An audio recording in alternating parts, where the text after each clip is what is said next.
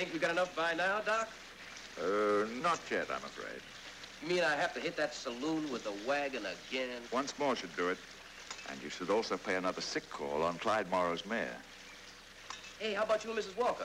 You must be just about run out of sweet talk by now. Hermie, I have powers of gentle persuasion that have not as yet been tapped. It's all working like a charm. And the simple, unsuspecting Mr. Mike Walker hasn't the slightest inkling that he's once again about to be, what was that word you used? Slickered? Precisely.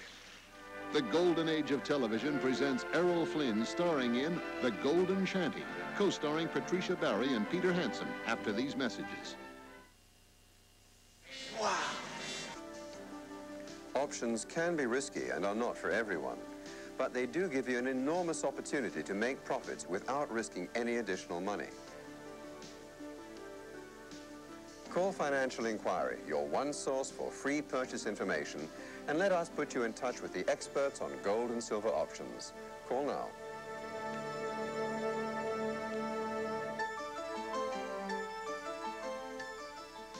He was a president with many enemies. But now new evidence reveals organized crime's connection to this historical nightmare, the plot to kill President Kennedy, Wednesday. There's only one place for an evening of unforgettable comedy. The Golden Age of Television presents Errol Flynn in The Golden Shanty.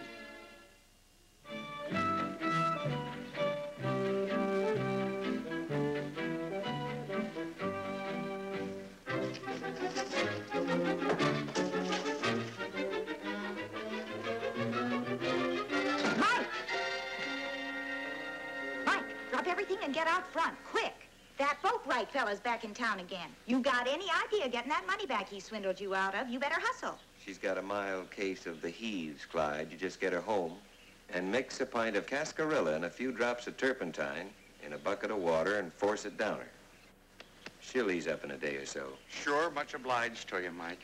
I wish just once you'd try to force a bucket of liquor down somebody in that saloon instead of doctoring horses for free all the time. Addie, I like horses and I'm not too fond of drinkers. Where is Boatwright? Out front. He's got a big, gaudy medicine wagon. Calls himself Dr. Boatwright now. Dr. Boatwright's celebrated stomach bitters is all pure medical science in one small bottle.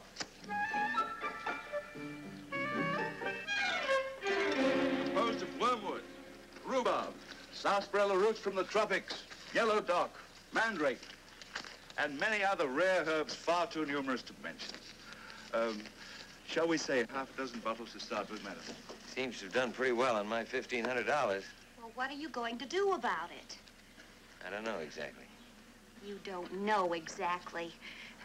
Well, I'll show you what to do. Exactly. Your troubles, that's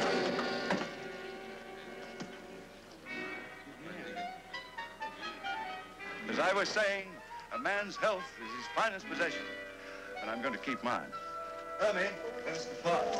Yeah.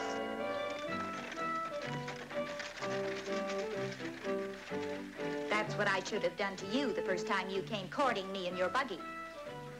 For want of a brick, my battle was lost. This brick's as heavy as cast iron, and that woman fired it like a catapult. Ah, what the ancient Greeks would have given for her at the siege of Troy. 1 inch closer and I'd be patching a hole in your skull, Doc. After all this time, I didn't expect the Walkers to be still around here. After the slick way that you suckered them, they'd probably never get enough money together to get out. Hermie, I'm not slick. I might possibly be termed suave.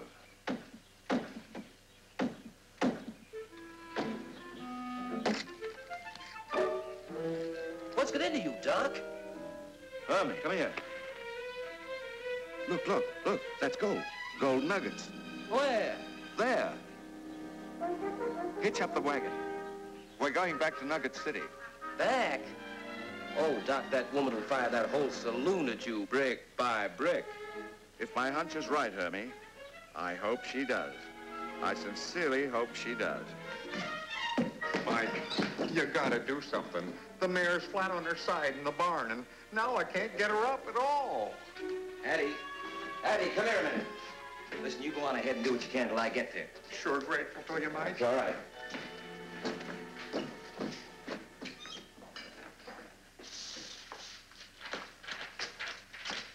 What do you want? It's an emergency. Clyde's mare is worse. Take over the bar, will you? Are you a saloon keeper or a horse doctor? Addie, for all the whiskey I would sell today, we might as well be closed. When I think of all that big talk you handed me back in St. Louis to get me to come out here. Oh, you were going to be a big rancher. Breed the finest horses in the West, you said. We were even going to have a racing stable, you said. I never said that. Well, you as good as did. You led me to believe we'd have our own horses racing at those famous racetracks back east. Our own colors flying and belonging to all those elegant turf clubs. Addie, that was your dream. You never really listened to mine. I still intend to raise horses someday. Fine one. Stuck with this worthless saloon, boat rights sold you. Couldn't even get the price of a jackass for it. You're so bad at this business, how do you ever expect to make a go of any other? I have a knack for doctoring horses, and I like to help them. And you like. You never stop to think what I'd like. I think of all those men I could have married back in St. Louis.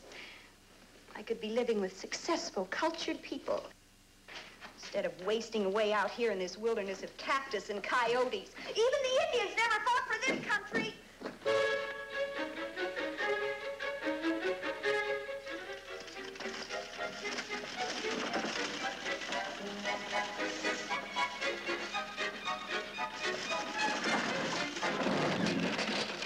Say, Doc, you could have wrecked the wagon. Gold is soft, Hermie. You hardly notice the bump unless it's in your pocket. Now start loading up and give a good whistle when you're ready.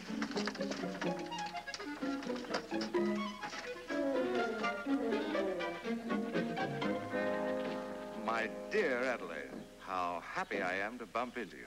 So it was you who hit our saloon. Every time you come through this town, we get hit one way or another. Don't be concerned, dear lady. My assistant is seeing to the slight damage. Absolutely amazing. What is? You're exactly the same. Charming, lovely lady I saw step off that stagecoach from St. Louis in this town years ago. Ah, my dear, time has stood still with you. Everything stands still in this town. And what an attractive coiffure. I haven't seen anything quite so stylish as that since I attended the governor's ball in St. Louis last winter. St. Louis? Yes. You were in St. Louis? Only last week. St. Louis. It's been a long time. Ah, how your heart must ache for the charms of that delightful city. I would consider it an honor if you'd join me inside for some slight refreshment. And we can raise a toast to that city we both love so well. Well, that's the first offer of business we've had in some time. And I can't think of anybody I'd rather take money from than you.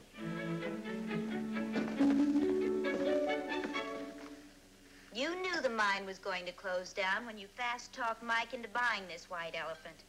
Everything was booming, you said. In 6 months' time, we'd have enough to sell out and start the horse ranch.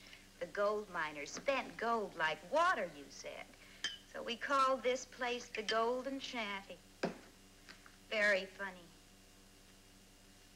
$2, please. $2? Isn't that rather a steep price for whiskey? This is very rare old-aged whiskey. Like everything else around this place, it just sits here waiting and hoping and growing old. Ah, like everything but yourself, dear lady.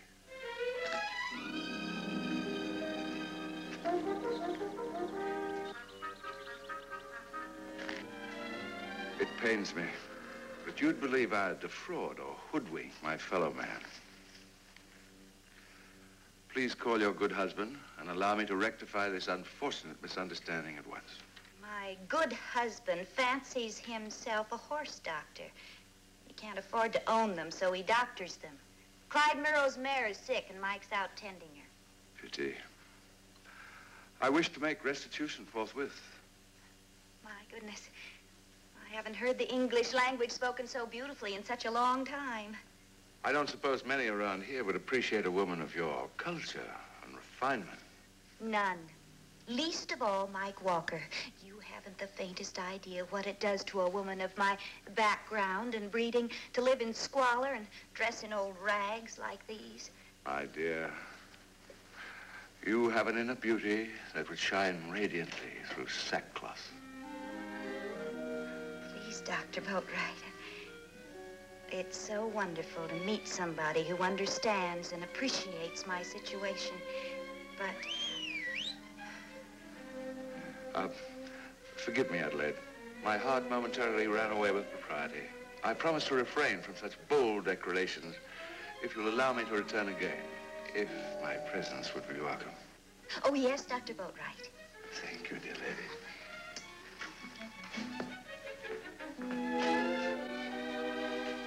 All the bricks in that saloon must be packed with gold. Who'd want to hide gold inside bricks like this? One of nature's delightful accidents, Hermie.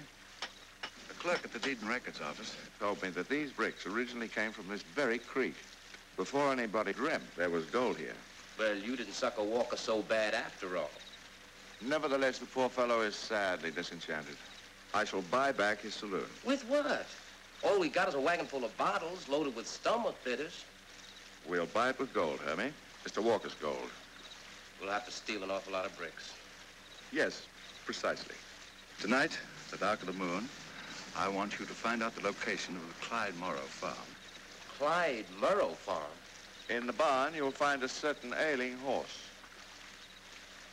Give the poor creature a liberal dosage of my celebrated stomach bitters. Oh, Doc, that stuff could kill a horse. Never fear. It'll keep Mr. Walker busy and give you, shall we say, your golden opportunity. Meanwhile, I shall expose the fair Mrs. Walker to another demonstration of my charm. The golden age of television will continue in a moment. Golden age of television. Mike, the mayor, you gotta do something. All morning she's been racing around the farm like she was possessed. She's running around. She must be all right. No, she's got a wild look in her eye. I can't get within 100 feet of her. Well, I never heard of a reaction like that. I'll get my bag, be right out. Oh, I'm mighty thankful to you, Mike.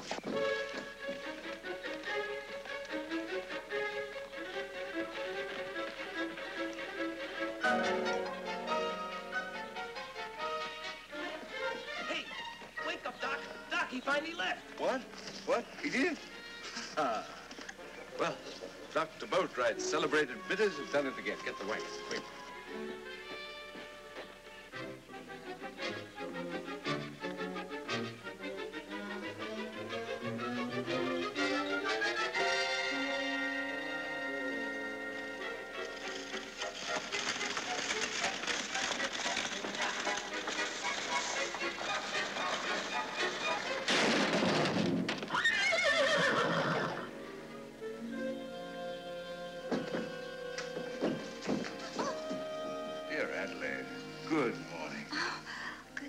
Dr. Boatwright.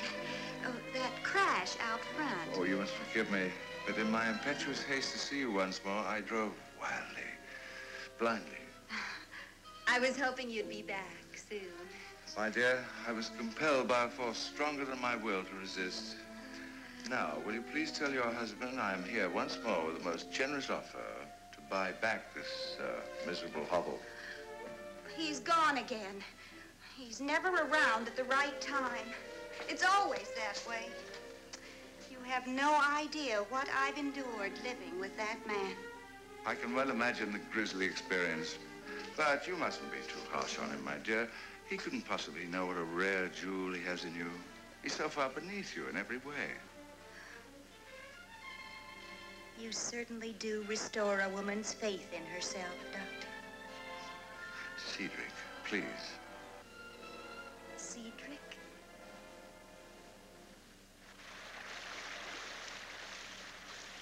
Think we got enough by now, Doc? Not yet, I'm afraid. You mean I have to hit that saloon with the wagon again? Once more should do it. And you should also pay another sick call on Clyde Morrow's mare. Hey, how about you and Mrs. Walker? You must be just about run out of sweet talk by now. Hermie, I have powers of gentle persuasion that have not as yet been tapped. It's all working like a charm.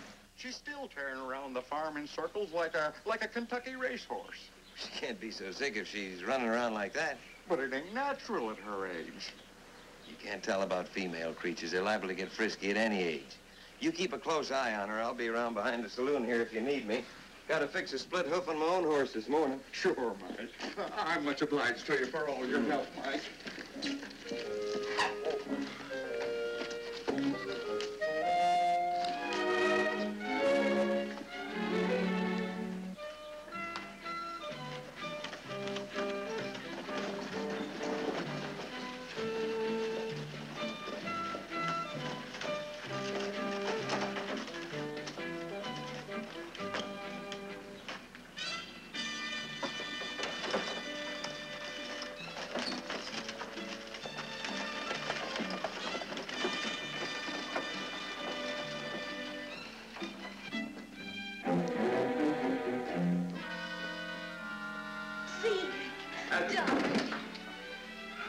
Dear Adelaide, each time I see you, my sense thrill. My heart explodes. Cedric, I'm all ready to go away with you to St. Louis. What? St. Louis? Oh, Adelaide, it cannot be. Oh, but it can be. I'm all packed and ready for that trip to Forbidden Paradise you promised. But it was only a dream of paradise, my dear. Oh, we mustn't do anything to jeopardize this rare bliss we've got. Darling, it's going to be just as wonderful as you said. The opera and the laughter and the gaiety and the bright lights. Yes, but, my dear Adelaide, let us give ourselves one more day to think rationally, to examine our hearts unemotionally. But I already left a note for Mike. I told him all about us. Oh, you did? Uh-huh. Oh, good. Good. Did you put it where he can see it easily? Oh, yes, he'll see it the minute he comes in. Maybe you didn't sign it. We better make certain. Think how confused he'd be if you didn't sign it. Please don't worry, Cedric. I signed it.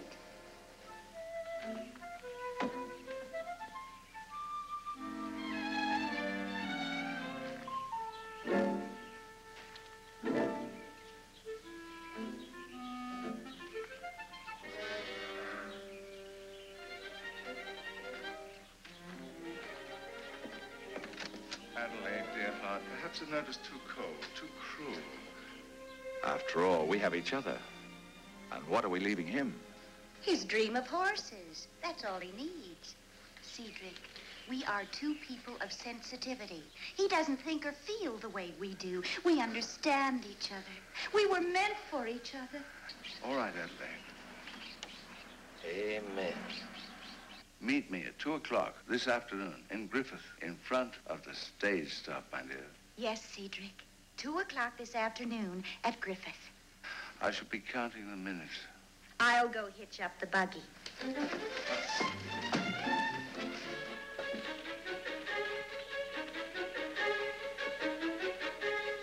Doc!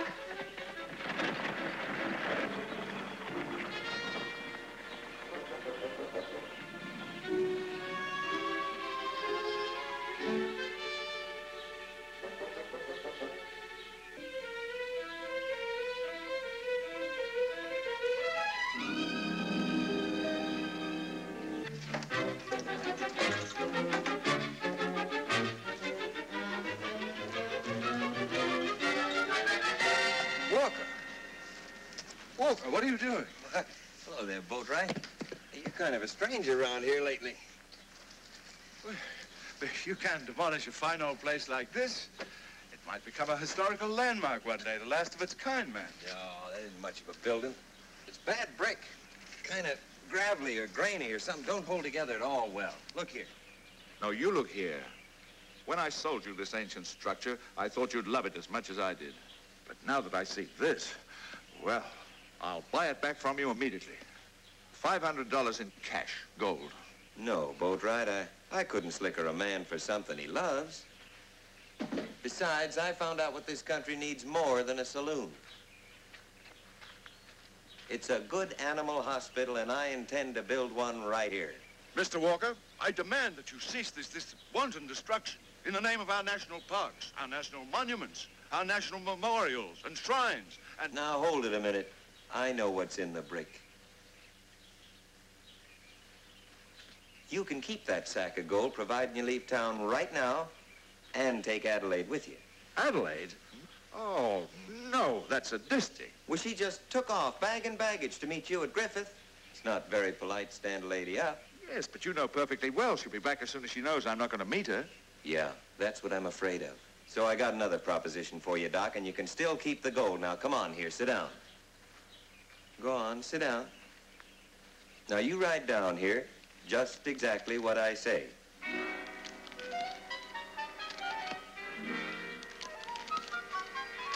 My lovely, sweet, impulsive Adelaide. Dear heart.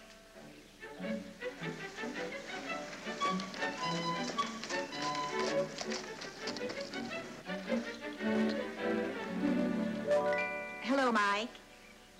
Dear. Hello, Addie. You have a nice ride? Say, you didn't happen to see that boatwright fella, did you? Don't you speak to me about that. Now, the reason I asked, he dropped by here, all in a stew, looking for you. He left this note to give you.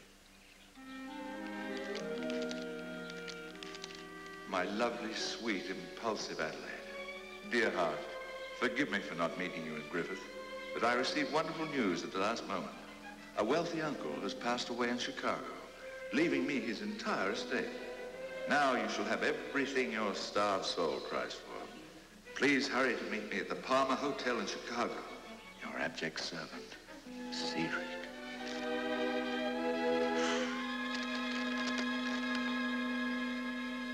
I'm off to a life of luxury and ease in Chicago. I just want you to know I've hated every second I've spent in this place. I sort of suspected that right along, Addie. Good luck to you. Goodbye, Michael.